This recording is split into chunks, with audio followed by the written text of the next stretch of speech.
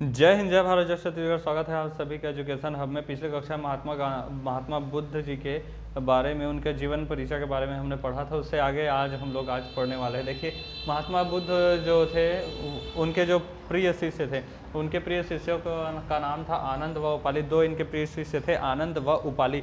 आनंद ने इनको सलाह दी थी। आनंद के कहने पर ही फिर भगवान गौतम बुद्ध जी ने महिलाओं को बौद्ध संघ में अनुमति दी थी। ठीक है, बौद्ध संघ में प्रवेश की अनुमति भगवान गौतम बुद्ध ने अपने प्रिय शिष्य आनंद के कहने पर ही दी थी। और उसके बाद इन्होंने, गौतम बुद्ध जी ने यह भी कहा था कि जल्द ही बौद्ध धर्म का विनाश भी हो जाएगा। ठीक है, जो भगवान गौतम बुद्ध की पहली महिला शिष्य थी, उनका नाम गौतमी था। ठीक है, भगवान गौतम बुद्ध की पहली महिला शिष्या गौतमी थी, या फिर बौद्ध धर्म को अपनाने वाली पहली महिला गौतमी थी। दूसरी महिला थी आम्रपाली। भोजपुरी एक्ट्रेस नहीं, ये आम्रपाली दूसरी है। ठीक है, पुरुष में देखें, सबसे पहला पुरुष जिन्होंने बौद्ध धर्म अपनाया था फिर भगवान गौतम बुद्ध के पहले शिष्य तपय्यु थे और दूसरे थे मल्ली। ठीक है, पहले थे तपय्यु और दूसरे थे मल्ली।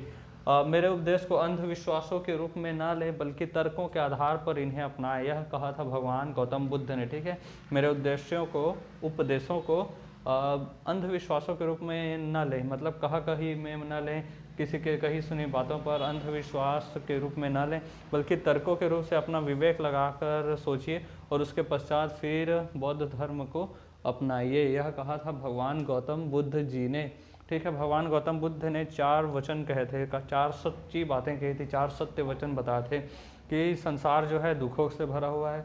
बहुत ही सही बात है कि संसार जो है वह पूरी तरह से दुखों से ही भरा हुआ है, और दुखों का कोई ना कोई कारण अवश्य होता है। हर व्यक्ति के दुख का कोई ना कोई कारण है। आप लोगों के दुखों का कारण है नौकरी नहीं मिल रहा है, किसी को सबको बेरोजगारी है, किसी को गर्लफ्रेंड नहीं मिल रही है, किसी और को कुछ, किसी के पास किसी न किसी चीज़ का अभाव है। ठीक है, तो दुख का कोई ना कोई कारण अवश्य है। तीसरा उन्होंने चीज़ बताया था कि सबसे बड़ा कारण जो है वह इच्छा है। सामान्य सी बात है, आपको भी कुछ चाहिए या फिर सबको कुछ ना कुछ चाहिए, मुझे भी कुछ चाहिए, तो सबके पास कुछ ना कुछ इच्छाएं होती है, और यही इच्छा जो है दुखों का कारण बनता है। तो सभी दुखों का कारण इच्छा होता है। ठीक है, और चौथा बात बताया कि इच्छाओं पर नियंत्रण पाया जा सकता है। ऐसा नहीं है कि इच्छाओं पर नियंत्रण नहीं पाया जाता है, लिमिटेड रहकर भी मतलब काम चलाया जा सकता है। इच्छा जो है उससे लिमिटेड रख कर, मतलब इच्छाओं पर नियंत्रण रख कर इन दुखों पर नियंत्रण पाया जा सकता है, इच्छाओं पर नियंत्रण पाया जा सकता है। ठीक है, इच्छाओं पर नियंत्रण पाया गया तो दुखों पर भी नियंत्रण पाया जा सकता है। ठीक है, भगवान गौतम बुद्ध ने अष्टांगिक मार्ग बताए थे। देखिए, शारीरिक दुखों से मुक्ति हेतु भगवान गौतम बुद्ध जी ने 8 मार्ग बताए थे, जिसे अष्टांगिक मार्ग कहा गया। ठीक है, 8 मार्ग बताए थे। सांसारिक दुख या फिर शारीरिक जो कष्ट पीड़ा है, भौतिक पीड़ा, इससे बचने के लिए भगवान गौतम बुद्ध ने 8 मार्ग बताए थे, जिसे अष्टांगिक मार्ग के नाम से जाना जाता है। सम्यक दृष्टि, पहला है सम्यक दृष्टि।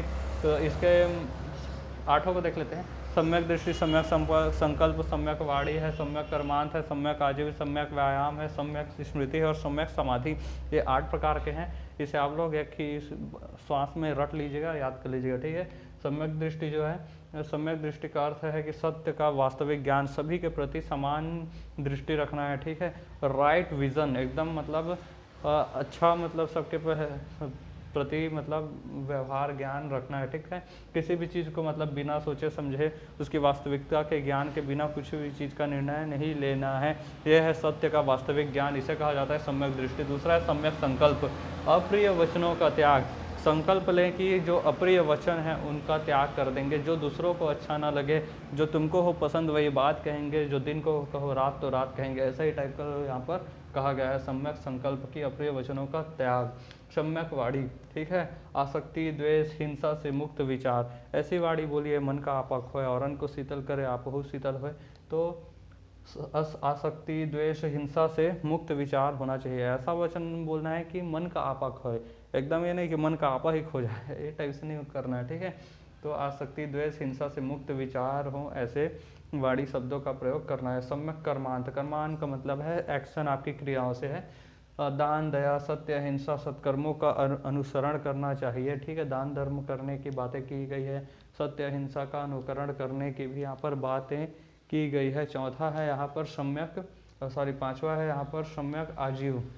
ठीक है, सदाचार के नियमों का पालन करना है और आजीविका ग्रहण करना है। ठीक है, आजीविका मतलब इतना भी ज़्यादा ग्रहण नहीं करना है, धन का संग्रह तो करना ही नहीं है, यह कहा गया था। ठीक है, लेकिन यहाँ पर जो सम्यक आजीव की बात की गई है वह कहा गया है कि सदाचार के नियमों का पालन करते हुए आजीविका ग्रहण करना है। ये नहीं कि लूट मार करना है, कोई डॉक्टर बन गया तो अब मरीज आ गया तो लाख रुपए बिना छोड़ेंगे नहीं, ऐसा वाला काम नहीं करना है। ठीक है, सरकारी दफ्तर में चले गए तो फिर पैसे दो तो तभी काम होगा, ये सब वाला काम नहीं होना चाहिए।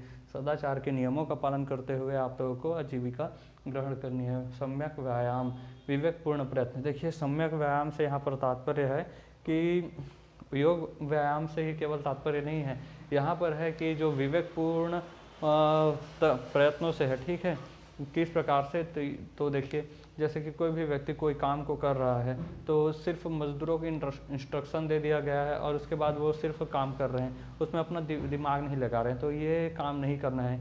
ठीक है, सम्यक व्यायाम से तात्पर्य है कि कोई भी व्यक्ति अगर आपको 200 रुपये का काम दे रहा है तो आपको 300 रुपये का काम करके ही देना चाहिए, तभी उसका जो आप पर विश्वास है वह बना रहेगा और विवेकपूर्ण प्रयत्न आपको ज़िंदगी में काफ़ी ऊपर आगे की ओर लेकर जाएंगे। ठीक है, सम्यक स्मृति। ठीक है, स्मृति का मतलब यही है, मिथ्या धारणाओं का परित्याग करना है। सम्यक स्मृति में मतलब यह है कि अपना स्वविवेक लगा कर ही कुछ काम को करना है, ये नहीं कि कहीं सुनी बातों पर विश्वास कर ले। सम्यक समाधि, समाधि का भी वही मतलब है, राइट मेडिटेशन। ठीक है, सम्यक समाधि, मन व चित्त की एकाग्रता के लिए ध्यान की आवश्यकता को यहाँ पर बताया गया है। ठीक है, सांसारिक व शारीरिक दुखों से मुक्ति हेतु फिर ये 8 नियम बताए हैं। इन 8 नियम के पालन करने से आपको सांसारिक जो कष्ट है, संसार जो कि दुखों से भरा हुआ है, से मुक्ति मिलेगी। ठीक है, इच्छा जो है वह इतनी बड़ी भी ना हो कि पूरी ही ना कर पाएँ। अब एक ही साथ आप क्रिकेटर बनेंगे, एक्टर बनेंगे, सिंगर बनेंगे, डांसर बनेंगे और जो मन में आया वो एक ही साथ बनेंगे, समाज से भी बन जाएगा एकदम रतन टाटा टाइप जैसे। ठीक है, तो ये सब एक ही बार में नहीं हो सकता है, तो इच्छा इतनी बड़ी भी ना रखें कि पूरी ना हो, और इतना आराम से भी इच्छा मत रखें कि जो होगा देखा जाएगा वाला, मतलब मिल गया तो ठीक है, नहीं मिला तो भी क्या करेंगे वाला भी नहीं होना चाहिए कि व्यक्ति इससे संतुष्ट भी ना हो, ऐसी भी इच्छा नहीं रखनी चाहिए। ठीक है, तो अधूरी इच्छा जो है वह पुनर्जन्म का कारण बनता है। यहाँ भी पुनर्जन्म को लपेट लिया गया कि अगर इच्छाएं हैं आपके अंदर और वह इच्छा अधूरी रह गई तो इस जन्म में अगर पूरी नहीं हुई तो आपको फिर से जन्म लेना पड़ेगा, और इच्छा जो है वह पुनर्जन्म का कारण बनता है। यहाँ पर कहा गया है इच्छा को मार कर पुनर्जन्म से मुक्ति पाई जा सकती है। इच्छा को यदि मार दिया जाए मतलब तलवारों से मार नहीं दिया जाए, मतलब इच्छाओं को त्याग दिया जाए, तब आप जो है पुनर्जन्म से मुक्ति आपको मिल जाएगी, इसके बारे में कहा गया है।